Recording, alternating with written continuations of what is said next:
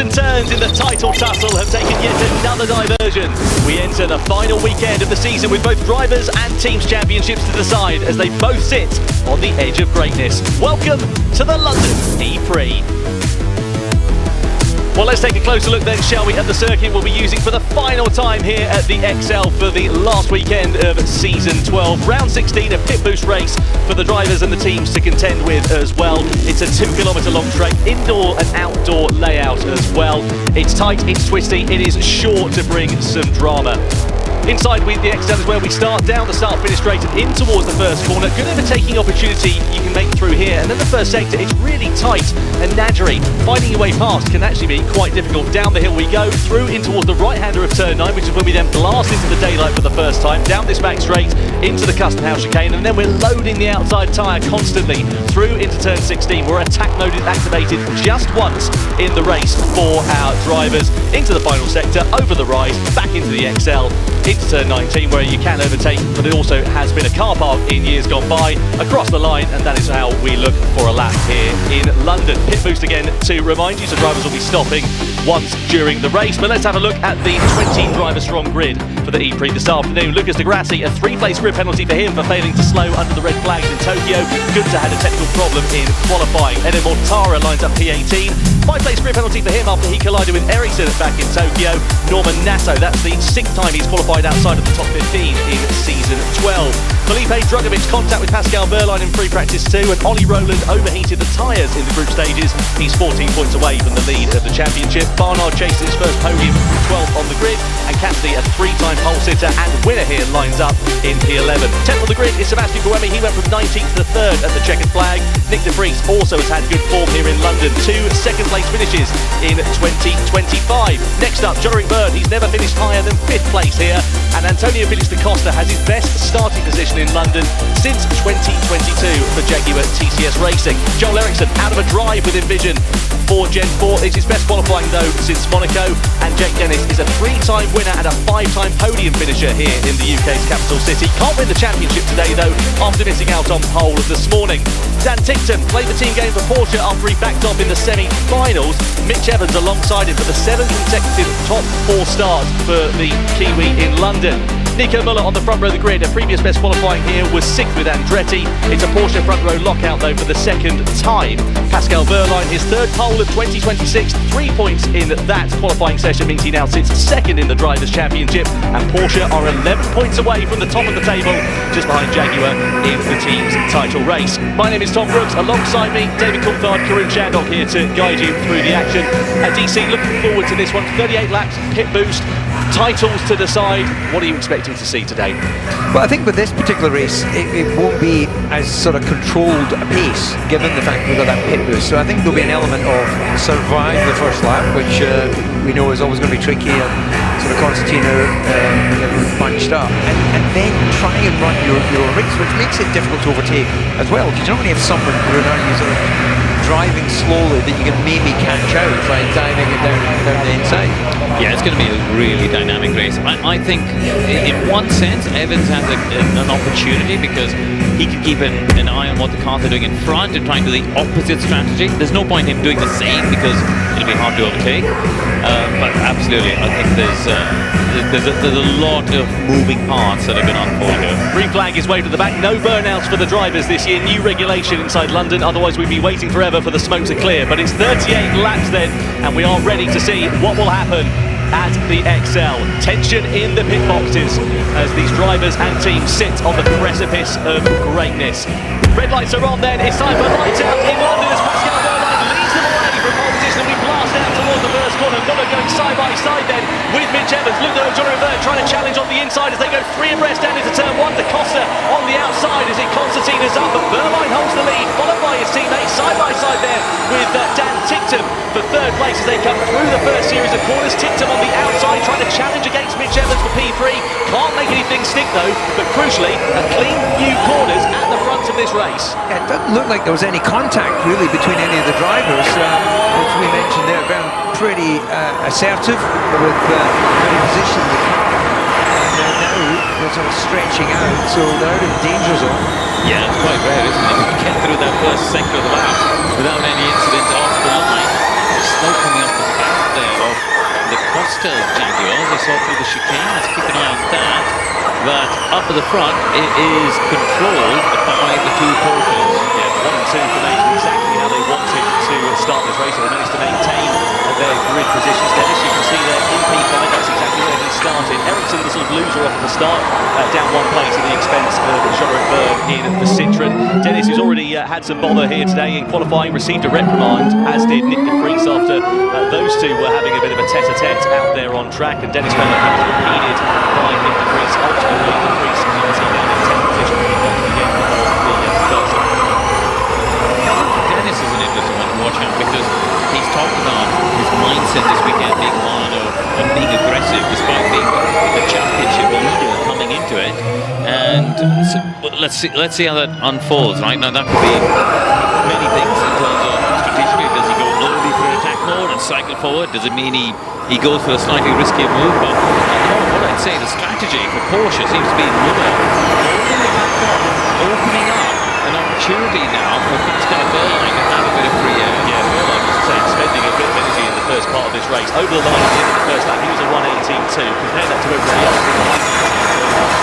Yes, the indication of the strategy. It's all working out perfectly for them right now. So expect to see Muller in the corners where you're very confident that no one's going to find a way through. Now you might be wondering why they would think of Verline expending a bit more energy early on, and that's because the way the pit boost window works, we expect it to be somewhere between laps 23 and 33, but it's not a fixed number. It's based on the state of charge of the battery basically. So if you're between 60 to 40%, that's your window. If you get to 60% first, it means you can pit earlier than other people. So that's maybe their strategy, is to try and get Verline into that window and therefore let him pit early, use attack mode early, like we saw Nick Cassidy do. Albie and I were looking at it on the E-Pad earlier. That was the strategy that Cassidy used to win last year. You can see Muller backing the pack up quite significantly through this first sector. You can't really find your way through. It's so much one at a time inside the XL, down into the daylight, into that chicane. It does present an opportunity, but Muller there has got it covered off and is playing that team game really well. I think it's down there too. Yeah, you can see very nicely where he's obviously been rear-ended by someone, and where the camera sits, the housing is damaged. Will not affect performance. Yeah, I think that's Concha Panato. They saw him come in and change the tyre there, so that's not a scheduled stop. So that's a bit unfortunate for him on what's been a pretty terrible weekend for Nissan. So here, Muller doing absolutely the job the team want. Evans needs to get past him quickly. I think here's a replay. Yeah, he's lost a couple of places from where he started on the grid. There he is, just going through behind the driver in front of him, and this is sort of a look there at Nico Muller, but can't manage to make anything stick for second place because he is sort of getting impatient, trying to chop his way through. The difficulty for Mitch Evans here is he doesn't have a teammate that's sort of nearing contention. His nearest Jaguar Power driver is Joel Eriksson in 7th, and then De Costa, his teammate's actually lost a couple of places from where he started, down in 8th. Yeah, but I think, Albie, I'd love to get your view on this from someone who's been on the pit board. Jaguar have got to do something now and get Evans ahead of Muller, haven't they? Absolutely. I mean, Evans needs to put him there. I mean, Muller's basically just backing him up into Tictum. And I think with Jake Dennis, he's just sitting there waiting for the fireworks to go off in front of him and then take the move. So for me, Evans has to get past him. Yeah, crucial there for Mitch Evans in the opening stages. Pit boost race means that there's only a 1 attack mode deployment for the drivers to have in this one, and it's 6 minutes rather than the usual 8 minutes that we would have in a non-pit boost race. And the activation zone is down here into turn 16. Some painful memories from Mitch Evans a couple of years ago. He was where he lost the title as a result of missing that activation zone twice. That's when Berline then snuck through and went on to take the championship whilst the two Jaguars were doing a bit of infighting with one another. But at the end of lap 4, it's Berline, 2.6 seconds in front. Team radio here for Evans. Slightly more energy than Joel.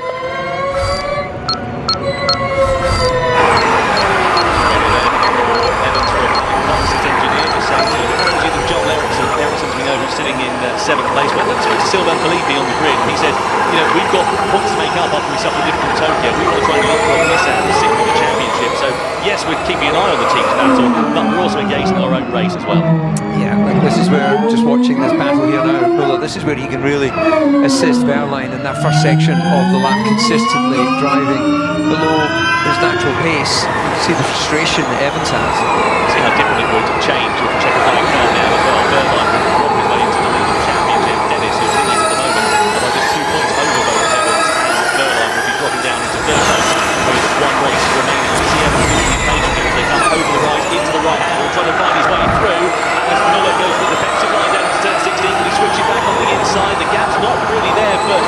braking, and for Muller, you've got Dan Tipton, who's immediately behind, and we've already seen him playing the team game in qualifying here today. Muller, once again, parking the car on the outside into 19, might present an opportunity on the inside into 20, but the Swiss driver, wise to that, thwarting the challenge of the Jag for now. Yeah, but this, I guess for Tipton, he just needs to keep himself there close enough, just in case those two guys come in contact. Dragovic has gone for his attack mode deployment early doors then, so he's trying to cycle his way through the pack whilst it's all bunched up. The moment, I mean, what have you got aside from the race lead gap? It's 2.2 seconds, and it's about half a second between pretty much everybody else down to Dragovic. I'm listening to some of the team radio here, and Mitch Evans is definitely not happy with the way Nico Muller is moving around under some of the braking zones here. So it's starting to sound a little bit tense in that cockpit. Team ready for Berline? Same SOC as Mitch. Tictum has 1% more. Dennis has 1% more. Yeah, you can see the energy on the left-hand side of the screen. It's the first time the other teams will have had an opportunity to look at this one as well. All about 84% at the sharp end of it. Tictum, as we heard. Oh, and damage there for Zane Maloney. He's out of the race. He's right by a gap in the fence, so they might be able to recover that under a yellow flag rather than a safety car here. I don't think they can push the car though, because look at the rear left wheel is quite badly damaged, so they may not be able to push that car. It's whether they can lift it up and put it on some trolleys quickly and get it out of the way. Yeah, so Dragovic is in attack mode at the moment. He'll be getting the hurry up for his team. Attention to all teams. We go full course yellow in 3, and here we go. 2, 1, full course yellow, full course yellow. Yeah, full course yellow. So basically now the drivers, they all have a predetermined amount of time to stop, slow down to a certain speed, 50 kilometers an hour, and then basically the race becomes neutralised. So for Pascal Wehrlein, that's great news in the sense that if it was a full safety car, that gap will be wiped away, Albie. Exactly. So right now he's just hoping that they can remove that car from the track without having to go to a full safety car. So here is the car up on the right-hand side. Maloney's still sitting in it, which I don't entirely know why he's doing that. Quite clearly, he's not going in, and now he gets out. But yeah, taking a long time to get out. That's a shame for Zane Maloney. It's been a season of two halves really for him. Still sitting last in the Drivers' Championship. His third DNF of 2026 though. Let's have a look and see if we can piece together how it all went down for him. And he had some contact there with the Mahindra. What on earth? Drive shaft broken again. Copy, copy. Didn't even touch anything. Man, I cannot believe it. Right. So I wonder if the drive shaft had broken and then Mortara had nowhere to go. It looked like there was contact from that camera angle anyway. Yeah, I mean, his radio message suggests the contact was a consequence, isn't it, of him slowing down. So, but it was odd because it's the drive shaft. It almost looks like something's on with the suspension, David, hasn't it? Because it's folded in on the top. Yeah, well, if it was a drive shaft, then that wouldn't affect the camber of the wheel itself, unless when a drive shaft actually become fully detached unless you remove the corner. It normally stays inside in the upright. See, Dan Taurus is here, the CEO of TWG. Obviously, lots going on in his world with IndyCar, Formula One, and Formula E to oversee. Yeah, grateful they could make the pilgrimage here to London for our last visit at the XL. Andretti sitting in 5th and 10th place, respectively. Then. What this is going to do, of course, is push that pit stop window a little bit later because they're using much less energy while driving around with the full course yellow. So while we had expected the window between 23 to 33, this could now push it sort of a couple of laps later. Yeah, on board here we are then with Jake Dennis, who's sitting in 5th place, where he qualified. So he's not made any progress or any indentations in his race. We know that Dragovic has already used that attack mode, but lost about 2 minutes of it as a result of this full course yellow.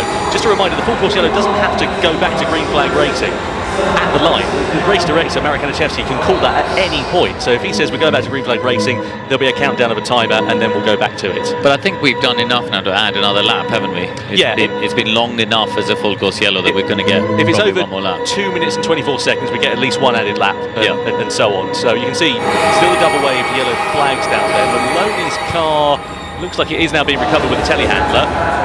So yeah, you're absolutely right, wasn't able to be pushed out of the way, and that's why we're still under these full course yellows. Let's have a listen to some Evans. Pascal, 0.5% Attention more to than all teams. Full course yellow ending in 5, 4, 3, Dennis 2, is now 1% 1. Green more flag. energy than Green us. flag. So need to try to be as efficient as possible. And know that's difficult with the dodgy moves that Muller is making. Right, so we go back to green flag racing then towards the end of lap 8, and Evans again right on the attack against Nico Muller. Muller wide to that defending, trying to catch him napping is Mitch Evans. Can't make anything stick though as he comes in towards the left-hander, but he's looking impatient, and he needs to be impatient because he can see Pascal Wehrlein romping away into the distance once more. It's actually really difficult what Muller's having to do in terms of watching your own line and keeping an eye on your mirror for where you can slow down and confidently control the pace without somebody running. It almost feels like Evans and Dennis need to buddy up there, don't they? And try and attack the Porsches together, because just for context for those not aware, even though currently Dennis is driving a Porsche car with the Andretti team, they are moving to the Nissan powertrain for next year, so there's no real loyalty between Dennis and Andretti and Porsche. They're fighting for themselves, and they want to get ahead of Muller. So yeah, I kind of feel like Jaguar and Andretti need to buddy up and try and attack Porsche here. We've seen Nato and Maloney. No further investigation for a collision down at turn 3. We didn't see that. We just saw the back end of what happened for, say, Maloney. We'll take energy. So he's saying we'll take energy there, Albie. What does that mean, that radio message? So basically what Dennis is trying to do right now is just bank some of that energy while he's watching this fight develop. So it's actually, if you look at the numbers, he's actually one of the highest on it, similar to Tictum actually. So again, one to watch for later. Just keep looking at that energy delta. Costa looking for a move there on Jean Revert, going for turn 19 into 6th place. Can't make anything stick at the moment. Rowland's having a tough time, isn't he? Down at 15. I know he's up on energy and banking it. He said to David and me on the grid, you know, that's kind of going to be his strategy, is to just save the energy early on and use it later. But down at 15th place, it's not looking good for his championship hopes. Yeah, 14 points away he is going into this weekend, but it's going to be an advantage that will get even greater as we head towards tomorrow, if it stands as it is for now. For Rowland, the progress in races like this, where it's so tight and twisty that this circuit is a very difficult task indeed. Again, a look to the inside into the Custom House chicane for Mitch Evans. What can he keep doing for him? And the Tictum might start to play a part here for the Cooper Kiro team, if he's been given some messages from his race engineer Mike Henderson on the radio. As you were though, the thing for Wehrlein at the moment is he's increased that advantage up to just over 2 seconds now over Nico Muller. When we went back to green flag racing, it was just over a second or so. Evans really needed to get the better of Muller within a few corners. He wasn't quite able to do so. No, he's blocked in there, isn't he? So I guess the team will be looking at, right, what can we do with the Costa at some point? So we are 0.5% more energy than Muller ahead, but 1% down on Tictum and Dennis behind. 0.5% doesn't sound like a lot, but it's all important when we get towards the end of it. You can see pretty even Stevens there between the top 3 of Wehrlein, Muller and Evans, but yeah, confirmation that Dennis is the best of the rest inside the top 10, 76% relative to, on average, about 75, now just dipping into 74%. So they tried, Andretti, and they with Djokovic, to try and get in for the 4, but he's only got up to 10, which, by using attack mode, they've tried to have 6 minutes of extra power and 4-wheel drive to get him up to the front. It's not really worked, which just underlines how difficult it is to overtake him out here. He got unlucky with the full course yellow. He was in attack mode when that came out, and then obviously 2 minutes left on the clock. He wasn't able to use that extra power in that part of the race, so technically was still to manage. He's going to have a couple of ball orders to try and get any further progress from here. Ball with Oliver Rowland down towards turn 16. One of the most difficult attack mode activation zones actually coming through into that corner as well. Just seeing popping up on our timing screen that Degrassi's picked up a 5-second time penalty for overspeeding under a full course yellow. Normally it's a slam dunker, and so it proves to be for the Brazilian driver in his final weekend for the Formula E. So he'll be having that penalty to serve later on in the race. Again, in that 17th position at the moment, so not much the way of full progress for him. Inside the Nissan garage there, have a look at Oliver Rowland, just mired down in the pack, and it doesn't look like they can rely on Northern Nato for much comfort either. We saw him in the pits earlier on as a result of what looked to be a puncture, but may have been as a legacy of some contact with Zane Maloney.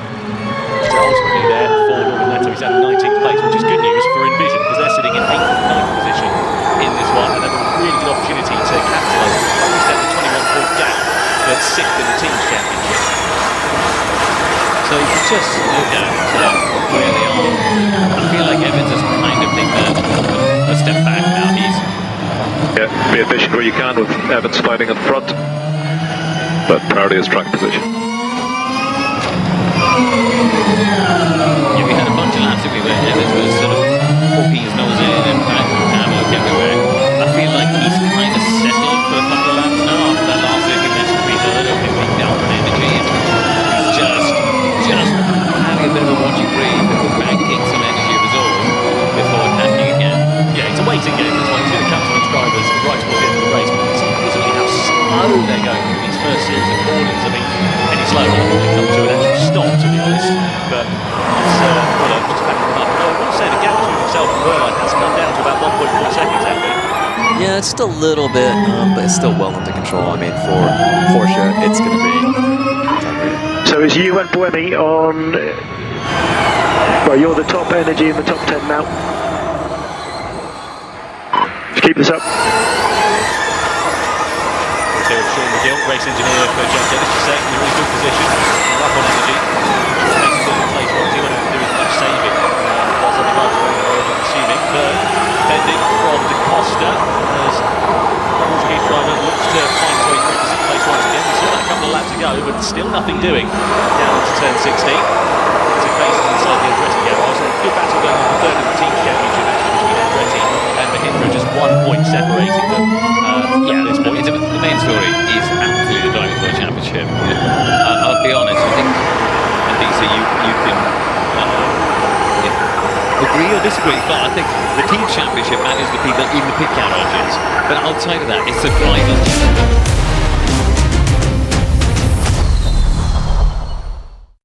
The Grid Prime Time.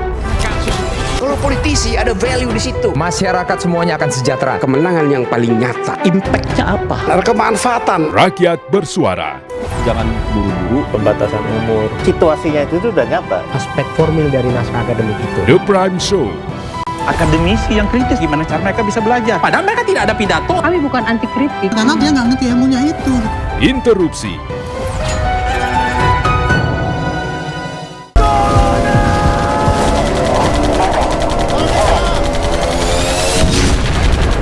Kamu percaya janji Jepang? Ketika kamu berilmu, orang lain pasti akan mendengarkan apa yang kamu katakan. Koko, Gaku janai! Pak Isdiman gugur.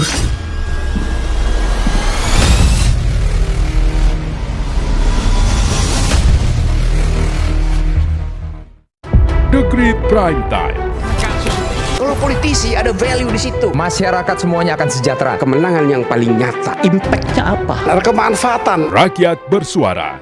Jangan buru-buru, pembatasan umur. Situasinya itu sudah nyata. Aspek formil dari naskah akademik itu. The Prime Show.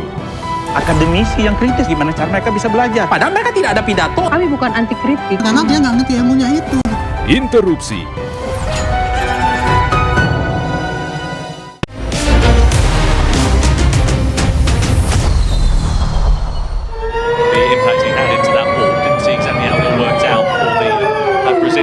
But you can see just how much of a difference it is now. I mean, these two were, nose to tail before the pit stop. Half a lap difference. Yeah, and you can see the defensive line that he was taking as well as he went between the chicanes, and that's defending off. Let's have a look at what happened here for Lucas Di Grassi into 9 then. So he's coming through. This is going to be a technical failure. Into the corner, locks up. Issue maybe? No, I'm okay. You had no brakes then, or what happened? No, the engine kept pushing. Right, that's not good, and it was right in front of Pascal Wehrlein for that matter as well. Wehrlein could break it wasn't behind. Here's the move then with Nico Müller with extra attack mode. Wehrlein, Müller attacks and goes through for position on Evans and moves his way up into the top 10. Yeah, but they are now 34 seconds behind Pepe Marti, the leader, but forget him because he's not pitted yet. They are, what is it, Tom, 31 seconds, they're half a minute. That's what that full course yellow pit stop has been. That's how much it's benefited Wehrlein. They were all together, and we were talking about them being nip it up within a second on pit exit. He's now ended up 31 seconds behind. Yeah, it's an absolute shocker for them at the moment, isn't it? And even for Jake Dennis as well, he's really lost out for that. I know he was in the pits around the same sort of time. He's in attack mode at the moment, but I mean, Verline's just coming through the first sector. Dennis, as you can see, just coming out the final corner, so even he's out of contention for anything sort of meaningful at this point. I'm a bit confused how he's lost out there. Maybe you can add to it, because Dennis, when I last looked, he was about 6 seconds behind Verline before they pitted. But he's now dropped to 12 seconds behind after the pit stop. Yeah, so during that sequence, everyone else was on the attack mode, putting down some really good lap times. Dennis actually left it super late. That's what I was saying, like he was the only one. I thought he was saving it for after the pit boost and later in the race, but they didn't do that. So it was a bit odd, to be honest. But he's lost an extra 6 seconds in the pit stop, so I don't know, maybe he had to wait to be released back in the pit lane. Something somewhere in that sequence. Well, the full course yellow ended, didn't it, as Verline came out of the pits. He was first in, effectively, and obviously Dennis was a little bit later down the road. So would have lost a bit more time, surely. Well, he was parked. That's my point. He was behind. He was 6 seconds behind, so he would have still been parked. But the field got going back up to speed soon, surely. Yeah. Well, we'll see. Anyway, right. Martin is the lead then, as you saw from Google Gemini a couple of moments ago. He's leading, but he's going to be towards the end of that pit boost. A 4 or what, mate? Like, just please tell me some more. Okay, so go race 2, and hitting targets. Yeah, Mitch Evans now in damage limitation here in this race. So from challenging for the championship lead in this one to trying to hold on to some kind of point finish at the moment, he won't be scoring anything as it stands. He's right behind Fuller in 11th place. And annoyingly, Jaguar's strategy for the other cars worked out quite well. De Costa's going to end up in net 3rd place once Marty and Gunther picked. But that's just the nature of an incident out on track. You can't strategise for that at all. You just can react. See, the big winner is Eduardo Mortaro, starting in 18th place, as you can see, has made 10 positions up from where he started. It's looking quite nicely for the Hinter driver at the moment, after challenging start to his weekend, failing to make it through the group stages of qualifying.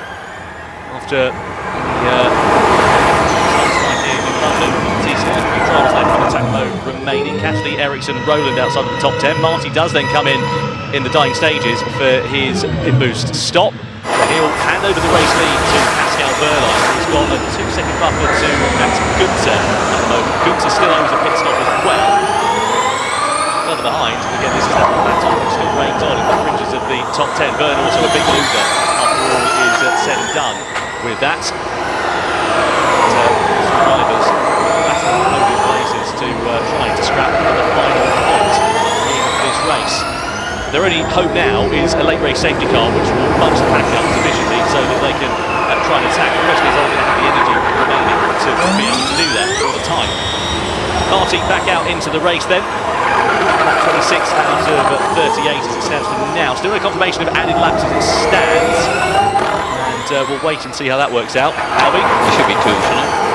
It's just shy of that, so it's actually just 1. Okay. Well, there we go. So Evans now stuck. At the moment, he's only scored 1 point, isn't he?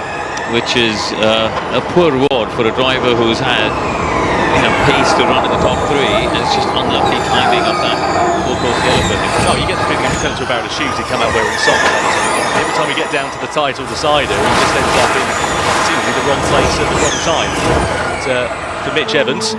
So Gunther's now pitted, so he's the last of that lead pack of the top 12 to have pitted. So now we're looking at Verline leading Tictum by nearly 8 seconds, and De Costa up in the 3rd with Dennis. So keep an eye on Dennis, because obviously in terms of the championship battle, he's, you've got Tictum, De Costa, Dennis all bunched together. They're a battle of 2nd, 3rd, 4th. That's an interesting one to watch, because for Dennis, he can clear those 2 cars. That's an extra 6 points, isn't it, in terms of the World Championship? We get the impression that De Costa's going to try and defend that and make that Jaguar as wide as possible and try and limit some damage. You've also got Buemi who's in the mix there as well. He might be getting a team radio message from Ian James from Jaguar, maybe just trying to say if you could do something to disrupt Dennis's race and hold off his challenges, get yourself involved. But as you can see, it's a 10-second gap, isn't it, at the moment for Dennis to try to make up on the driver. What has Mitch Evans got to do to have some luck in a championship decider, isn't it? Because looking at the graphic there on the bottom right-hand side, he's going to end today 23 points behind Wehrlein. Yeah, we're seeing head of the race. The championship is decided tomorrow, but who's in contention for that championship is going to be decided today. Well, who's in contention for second of these three? Okay, Dan. Just trying a little bit of steering where you can. Nothing crazy, just a small steering where you can. First sector is a good opportunity for Dan Tickton to do a bit of saving. It's so hard to find your way through, and you've got two Porsche powertrain cars here with a Jaguar in the middle of that sandwich. Tickton, for Porsche here this weekend, won't need too much in the way of encouragement to continue the same. Goes for that defensive line down the class, that's okay. Dennis, so if he can elevate up ahead of Da Costa and Tickton, that'll be doing him a lot of favours. And he's 2% up, Dennis, so he's got an opportunity perhaps on the final lap or two with a bit more energy. From the outside of Da Costa. Almost just needed another few centimetres or inches. Find his way through into there. Costa's going to park it on the inside. Dennis didn't get alongside enough. Might be able to invent something to the final. Costa has it covered off for the time being. Nose to tail here between these drivers. They've all used their one and only attack motors. It's not like they can use it for a boost of power. All-wheel drive. Dennis knows that goes for a side line and squeezes the Costa towards the apex down to turn 1 and turns to the inside line through turn 2. And Dennis elevates himself up into P3 with a brave and bold move around the outside of Da Costa. Absolutely brilliant. Tickton moving at their brakes, second last corner. Brilliant move. Great stuff. Da Costa trying every trick in the book to make them aware about Dan Tickton, saying he's moving under braking there. Now Dennis's next target will be Dan Tickton. Will he find this one too much down in towards the Costa chicane? Well, he certainly is doing. Into the next series of corners. I mean, Tickton's fighting for his career, isn't he? He's fighting to stay in the role. He's doing a fantastic job at the moment, running in the podium position, looking at 18 points for his own championship points tally, so he's not going to make these things why should he? No doubt about it, and for Hero doing a good job to close up the back of his vision in the team's title battle as well through the last series of corners we go. So we saw Dennis setting something up. He had a great run out of the final corner. A bit of front wing damage there, just on the tip of the nose cone for the Briton. Tickton worse than Dak on energy. Tickton worse than Dak on energy. Let's go. Stick on Dan Tickton, he can, and Jake Dennis goes through for second place against his compatriots. And that's great news. You can see there, as on the graphic, that at least puts him within 5 points of Wehrlein, and that's a really important number, because let's ignore for a moment the bonus points for pole position and fastest lap, but 5 puts you within a window for winner takes all, between a first and second place for tomorrow's race. So I think psychologically that's really important to be within 5 rather than 8. Yeah, great stuff there. Team radio. Focus now is to save energy. We're okay to reduce the gap. Yeah, nearly 8 seconds the cushion that Pascal Wehrlein has with just 8 laps or so remaining in this one. Still waiting for that added lap to be hooked on the timing tower. Once it does, just how long this race will go on for. Yeah, it takes the pressure off. He's looking to up in energy as well, so he can afford to just on those marginal corners give himself a bit of room. But then the order to see if there's anything that Muller can do is on the back. So Evans on the back of Muller by about 0.2 of a second. 8th is probably the highest he can go, I think, if he can depose the Swiss driver, but it's easier said than done. Live point standings, as you can see, confirmation that they will be within 5 points of each other. Wehrlein and Dennis into the final race of the season. Evans demoted down to 3rd place. So the maximum points all available tomorrow, but 28. We go once more. Da Costa still under the pressure here on to Dan Tickton, who's looking a little bit under pressure for this final podium place here. Da Costa knows that these points are very important for Jaguar's team's championship, and for Dan Tickton, as we spoke about, fighting for his future in Formula E. He'll know that. Goes for the defensive line down into turn 16. We come into the XL once more. There is Mitch Evans, still all over the back of Nico Muller for 8th place. Again, just another position up will give him another point on the board and just limit the damage that little bit more as we head in towards Sunday here in London. You get the sense it's a case of when and not if we're going to have Da Costa, though, attacking against Dan Ticktum. Down the start-finish straight we go. Ticktum, Weiss, and that been told to save a bit of energy. Da Costa a little bit up, only about 0.5% to 1% or so compared to the Briton. But let's see when he's going to launch an attack. Evans, looking back at him from Nico Muller's vantage point. See behind Evans, you've got Jean-Eric Verne. Cassidy is about 2 seconds or so away, but he's in attack mode, so he could be a bit of a thorn in the side here of his old teammate as well. Through turn 9. Towards that back straight we go once again. Just nothing doing there for Antonio Felix Da Costa at the moment. Ticktum saving a bit of energy, but just looking like he's got it covered off, that challenge for that final podium place here, DC. Yeah, once you get into the final stages of the race, Dennis is the one that stands out of the top guys, but Ticktum and Da Costa making tough really on their energy, so this is just about keeping it tidy where there are chances and making sure that you control the pace, make yourself feel comfortable where there's no overtaking opportunity. I mean, those two overtakes from Dennis and that just damaged the rotation. And that was the two most important overtakes he's done all season. Yeah, but I think from his starting position... You're the fastest car on track at the moment, mate. Let's keep it up. From Dennis's starting position, you know, 5th on the grid with 3 Porsches in front of him, that's okay, isn't it? As a damage limitation, he's done a good job there to go from 5th to 2nd. I see Evans has dropped behind. Might have been a timing glitch. Yeah, I think Evans, just up ahead now. I think Cassidy's come through. He's got the head of Nico Muller.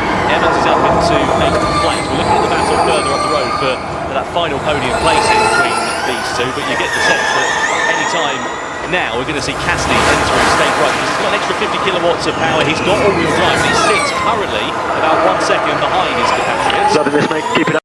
We continue to hit targets, okay? Yeah, and you know, Dennis has just broken away from this battle for 3rd place, isn't it? Ticktum, I feel, is having to save energy and just defend with all that he's got to hang on to a podium place here, which would be a great result for him and the team to get a podium out this weekend on home ground. Costa's gone for it though, he's got other ideas. Up the inside, through into turn 1, he gets the move done, holds the apex quite nicely into turn 2, and he's through for 3rd position rather, to the delight of Ian James, their team principal. Now he's going to be able to streak away, or is Ticktum going to have anything left to be able to retaliate and attack once more? Further behind, you've got the likes of Buemi as well as Edo Mortara, who are not too far adrift, and we're going to have 5 laps left of this one. Still waiting for confirmation of that added lap as it stands for now, as we'll never see that full-course yellow.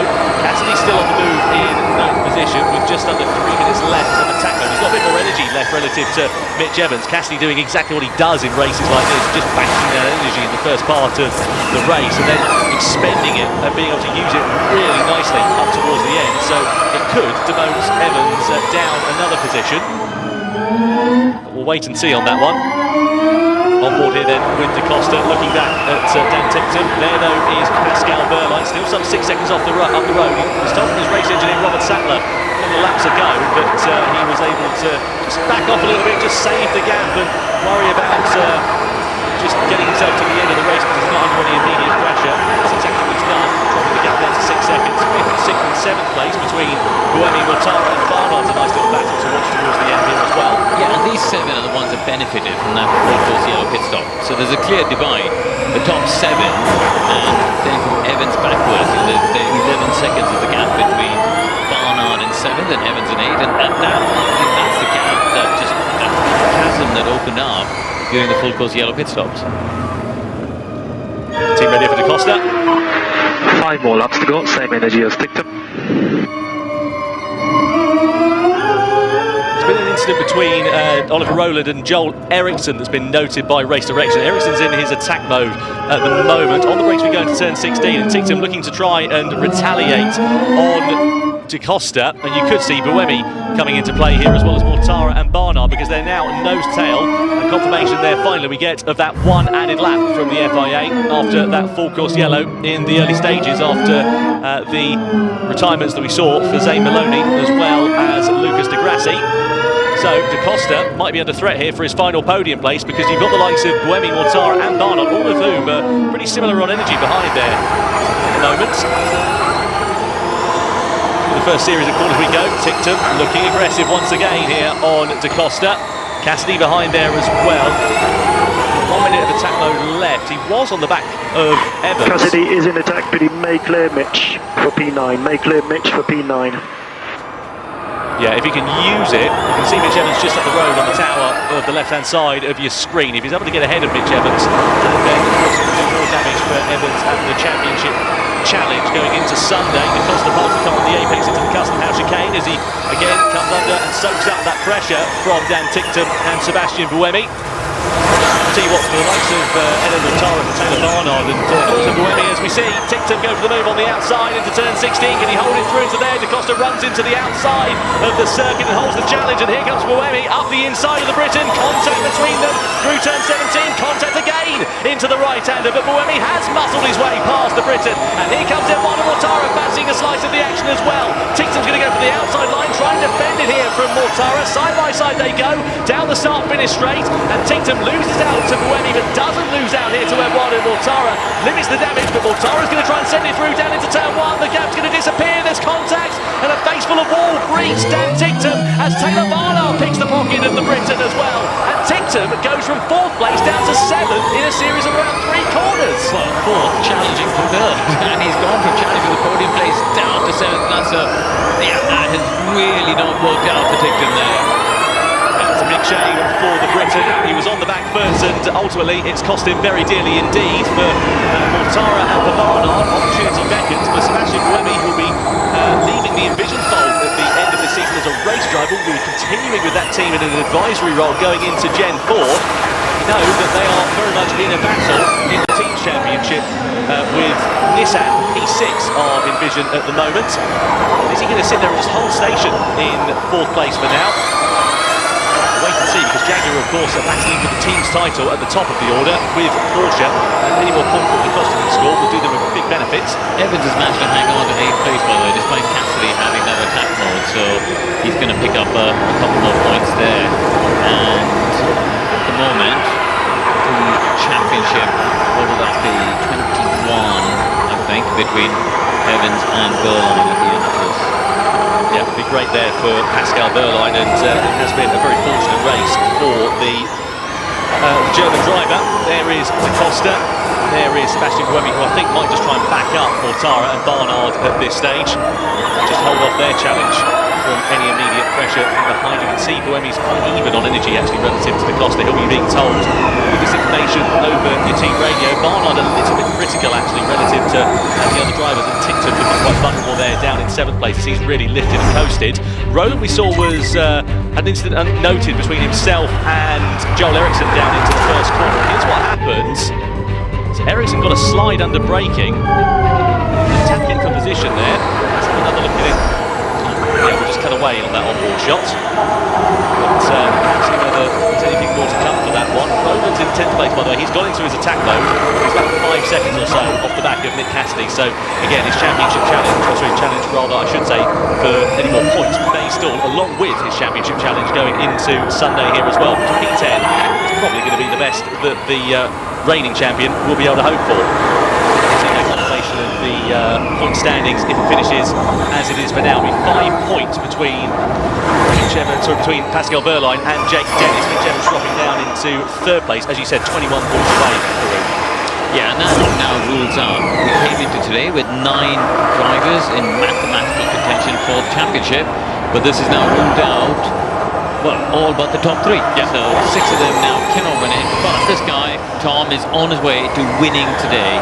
What a sensational job from Pascal Berline and from the Porsche team. They got themselves onto pole position, bagged 3 points, and now he will take the championship lead into Sunday as he wins here in London. Pascal Berline takes his 3rd victory of the season at the most critical juncture in the the championship ahead of Jake Dennis for Andretti, who limits the damage after all is said and done. Da Costa is going to hold on to third place with Buemi, just holding off the challenge of Mortara and Barnard seemingly through the final couple of corners. There's Da Costa over the line in P3. Buemi ahead of Mortara, Taylor Barnard, and then Dan Tickton will limp home a distant 7th place ahead of Mitch Evans there as well. Cassidy and Rowland will complete the points finishers once all is said and done. But for Pascal Wehrlein, win number 3 of the season after pole position here this morning, and now the lead in the championship into the final day of the season. Smoke pouring off the front there of Taylor Barnard's car. Sorry, of Max Gunther's car, I beg your pardon. See some team ready. Excellent job. Excellent job. Drive offline. Drive offline. Just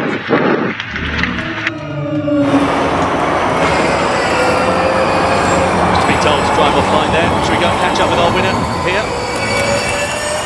Hopefully we'll do that before too long. But Pascal Wehrlein then on the in-lap after a superb job from himself and the Porsche team.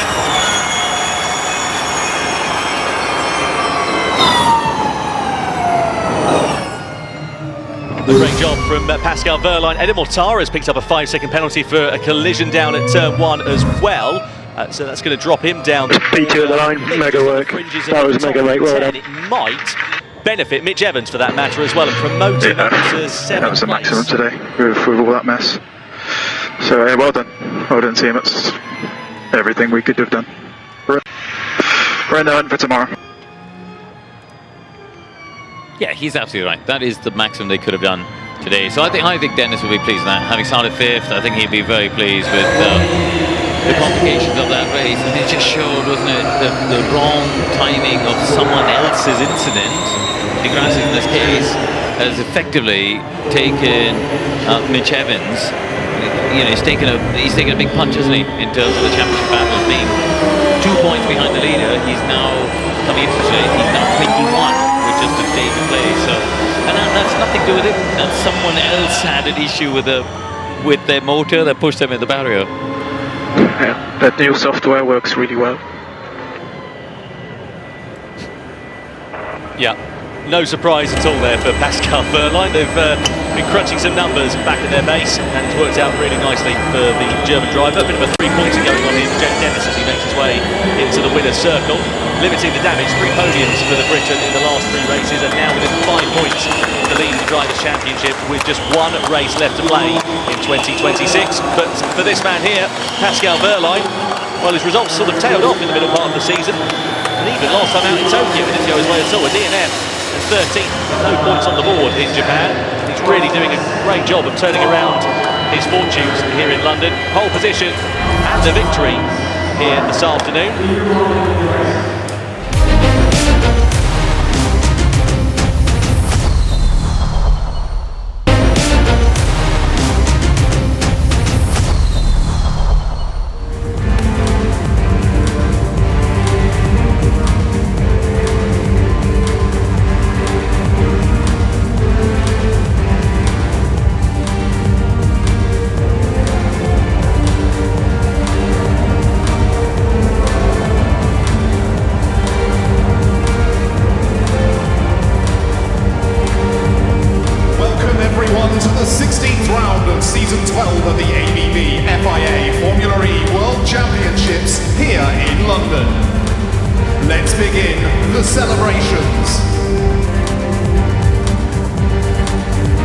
Firstly, representing the winning team, Porsche Formula E team, is Thomas Laudenbach, Vice President of Porsche Motorsport.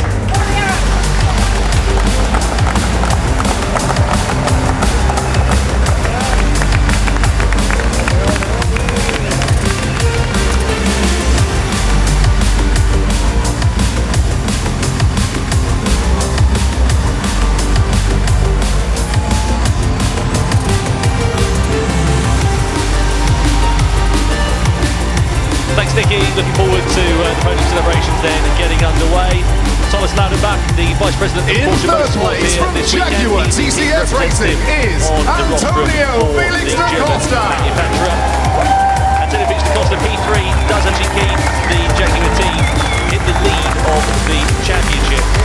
Team championship, that is, going into the final race so really good damage limitation from the Portuguese man. Actually, his first ever podium finish in his 11th start at the London XL. Next, in second place from Andretti Formula E is Jake Dennis. His teammate on the other side of the garage. For Jake Dennis, now trails Pascal Wehrlein by 5 points going into the last race of the season. It's his 6th podium finish at this circuit, which is a record. Won here 3 times, 6 podiums in total. And now our winner from Porsche Formula E team is Pascal Wehrlein. Unless anything goes awry for this man here, Pascal Wehrlein, it'd be hard to bet against another strong result on Sunday afternoon. He's only won here once. It was back in 2024 when he won the title in season 10. His 11th career win, his 3rd of the season. Actually ties the number of victories in his title-winning year a couple of years ago as well. Congratulations all round on the podium. Now standing on the top step once again, Pascal Wehrlein as the winner here in London, to the plaudits of the crowd.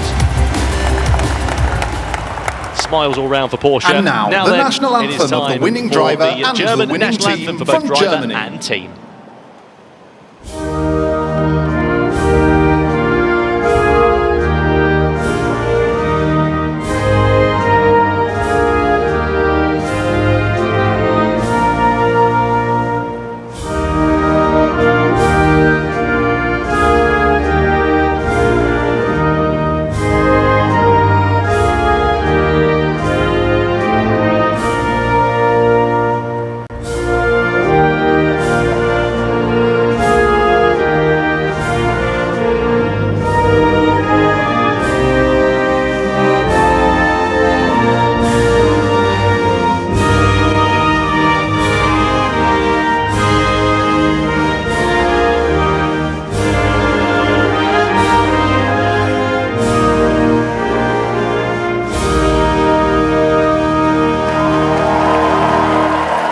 Pascal Wehrlein, the winner again in Formula E. After a torrid time in Tokyo with no points scored in 2 welcome races, to the he bounces stage back our in pole FIA position Girls on Track and the victory. representatives to present Near enough floral a wreaths to the perfect winners. Saturday at the XL. Before the trophies are presented, first of all it is time for the floral wreaths from the FIA Girls on Track initiative to be presented to our top 3 finishers and the team's representative from Porsche Motorsport. And now, please join us for the presentation of the trophies by our honoured guests. Pascal Wehrlein. Firstly, please welcome Martin Lalande, VP Brand Partnerships and Activation ABV, to present the trophy to the winning team, Porsche Formula E team. With how things worked out, they drove an absolutely perfect race and pulled the strategy so well. Got that cheap pit stop with the full course yellow. Very fortunate in terms of their timing, but you have to be in it to win it. And now, please welcome Lucia Laviscount to present the trophy to the 3rd place driver, Antonio Felix da Costa. Just as his car began to move in the pit lane. 3rd place trophy there awarded to Antonio Felix da Costa. Keeps Jaguar in the hunt in the Teams Championship. They're still just in front now. Next, Porsche. please welcome Naveen Ramahan, Senior Vice President Infosys UK, to present the trophy to the 2nd place driver, Jake Dennis. Jake Dennis. Dennis taking his 6th podium of 2026. Next, on behalf of His Excellency Mohammed Ben Sulayem, President of the FIA, please welcome Alejandro Agag, founder and chairman of Formula E, to present the FIA President's Medal to Pascal Wehrlein. It's awarded to Pascal Wehrlein.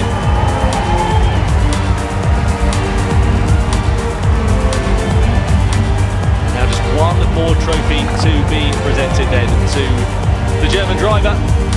And finally, please welcome Sang-Hoon Lee, co-CEO and president of Hankook Tire and Technology, to present the trophy to our winner, Sang-Hoon Lee, the co-CEO and president of Hankook Tires and Tire Technology, awarding the winner's trophy to the German once again.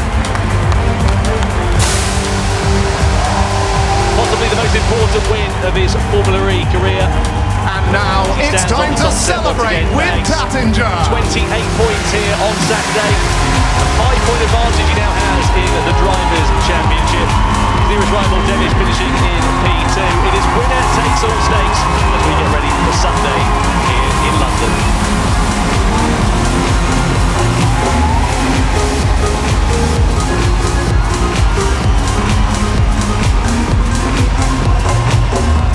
Podium celebrations then here for Pascal Wehrlein, with the champagne in the eyes as well. Not a particularly pleasant experience for the German driver, but nonetheless. Join us tomorrow here in London for the final round of season 12 of the ABB FIA Formula E World Championship. Missed issues, thankfully it's a much smaller drop down towards the fans and the team that are lining up, as you can see, all down the start-finish straight. Trophy to be presented, and time for pretty much everybody to run and take cover, including our TV team down there as well. Well, we enjoyed that one, the team at least, our TV crew. They'll be having to shower before we go out for dinner later on tonight and debrief all of the action here this weekend in London. But what a treat it has set us up to. 9 drivers were mathematically in contention for the championship going into this weekend. That's reduced down to just 3 as we head into Sunday. Mitch Evans 21 points away, this man's teammate. Antonio Costa keeping the title hopes alive for Jaguar in the team's championship after his third place finish. I think that Mitch Evans could have done though to